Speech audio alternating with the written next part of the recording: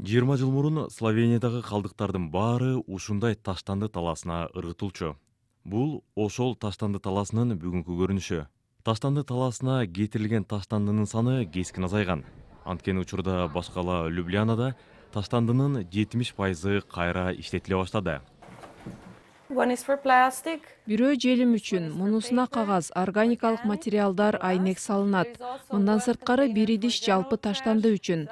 Таштандыны качан кайра иштете баштаганыбызды эстей албайм. Баары тең ушундай ылгайбы? You can never know. Канча адам бул эрежени сыйлай баштаганын биле албайсыз. Бирок көптөгөн адамдар түшүнүп, мажбурлабаса деле эрежеге баш ийип жатышат.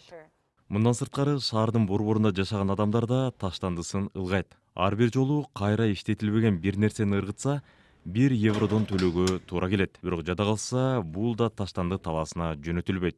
Люблянадагы таштандыны иштетүүчү заманбап ишкана. Кайра иштетилген таштандыдан сырткары борбор жыл сайын 170 000 тонна органикалык жана калдык таштандыларды кабыл алат.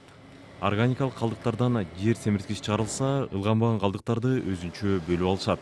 There are still some recyclables inside. Бул жерде айрым кайра иштетилүүчү калдыктар бар. Мындан сырткары биз калдыктарды көмүү үчүн бир бөлүгүн алабыз. Учурда алар өтө аз, 5%дан да аз келүүдө. Мен айтпай калган башка нерселерди биз күйүүчү май катары ылгайбыз. Күйүүчү майды борбор казып алынуучу күйүүчү майдын ордуна колдонгон компанияларга жөнөтөт. Анан көмүр кычкыл газ алынат. Бирок учурда борбор күйүүчү майды өзүнүн эсебинен Словениянын сыртындагы компанияларга экспорттошу керек.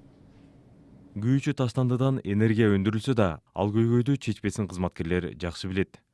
Учурда алар таштандынын чыгарылышын алдын алуу иштерине басым жасоодо. Кеп жаратылыш ресурстарын колдонуу, продукциялардын дизайнын иштеп чыгуу, өндүрүү, ташуу, оңдоо, кайра иштетүү, андан кийин таштандыга ыргытуу маселесине кайрылабыз.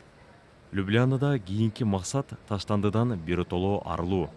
Тагыраак айтканда, шаардан чыккан калдыктар таштанды талаасына ыргытылбайт. Ал үчүн тиешелүү иштер аткарылып жатат жана буга чейинки ийгиликтер башкаларды шыктандырат деген үмүт бар.